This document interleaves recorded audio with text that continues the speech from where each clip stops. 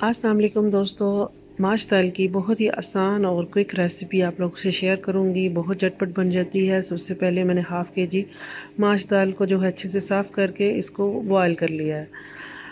उसके बाद में इसका मसाला जो हम रेडी करेंगे उसके लिए पैन जो है वो मैंने ले लिया है। इसमें हस्बे ज़रूरत जो है हम ऑयल शामिल करेंगे।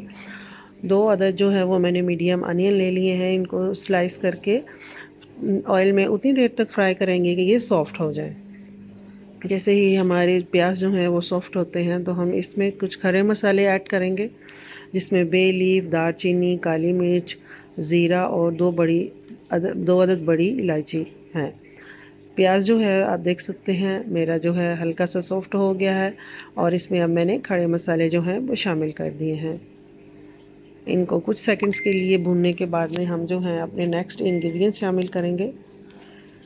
जिंजर 1 चम्मच और गार्लिक कुटा हुआ 1 चम्मच मैंने इसमें ऐड कर दिया है और इसको भी इस मसाले में अच्छे से भून लेंगे। माश दाल जो है उसको मैंने 70% ऑलरेडी कुक कर लिया है। बाकी 30% जो है हम इसमें जो है वो दम पे हम कुक करेंगे मसालों में डालने के बाद में। 1 चम्मच जो है वो मैंने नमक का ले लिया है। 1 चम्मच जो है वो मैंने खाने का मिर्च है और 1/4 चम्मच जो है वो मैंने हल्दी का ले लिया है। 2 से 3 जो है वो ग्रीन चिलीज़ जो हैं वो मैंने इसमें जो है ऐड कर दी हैं। अच्छा, अब बारी है टमाटर की। टमाटर जो है उसका मैंने टमाटो पेस्ट बना लिया है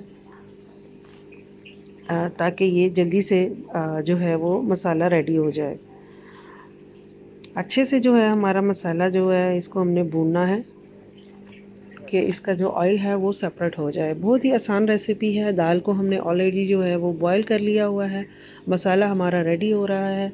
आप देख सकते हैं दाल को मैंने 70% कुक कर लिया है ताकि ये बिल्कुल मैश भी ना हो और जो हम मसाले में ऐड करें तो जल्दी से ये पक भी जाए।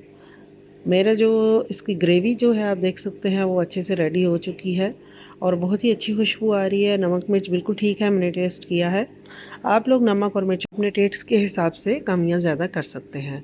मसाला अच्छे से भुन चुका है, ऑयल ऊपर आ चुका है। अब मैं इसमें जो है वो उबली हुई माश दाल जो है वो ऐड कर रही हूँ और इसको मसाले में अच्छे से मिक्स कर दूँगी। बहुत ज़्यादा चम्मच नहीं हिलाना कि दाल जो है वो टूट जाए।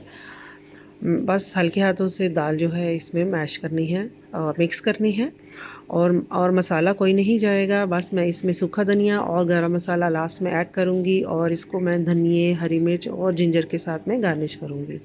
इसके साथ ही जो लोग भी मेरा चैनल देख रहे हैं काइंडली मेरे चैनल को लाइक करें, सब्सक्राइब करें और वीडियोस को ट्राई करें और अपने फैमिली फ्रेंड्स के साथ में शेयर करें। दाल जो है देख सकते हैं इसमें जो थोड़ा सा पानी इसने छोड़ दिया है। अगर आप चाहें तो थोड़ा सा पानी ऐड करके आप दाल को जो है वो दम पे रख के पका सकते हैं ताकि दाल कच्ची ना रहे। मेरी जो दाल है वो ऑलरेडी उबली हुई है और ये अच्छे से कुक हो गई है, आप देख सकते हैं। अब मैं इसको धनिया, हरी मिर्च और जिंजर के साथ में गार्निश करूँगी। तो आप देख सकते हैं मैं बहुत सी मज़ेदार जो है वो मेरी माश की दाल रेडी है। आई होप आपको मेरी रेसिपी पसंद आई। दुआओं में याद रखें और मुझे इजाज़त दें। अल्लाह हाफिज़।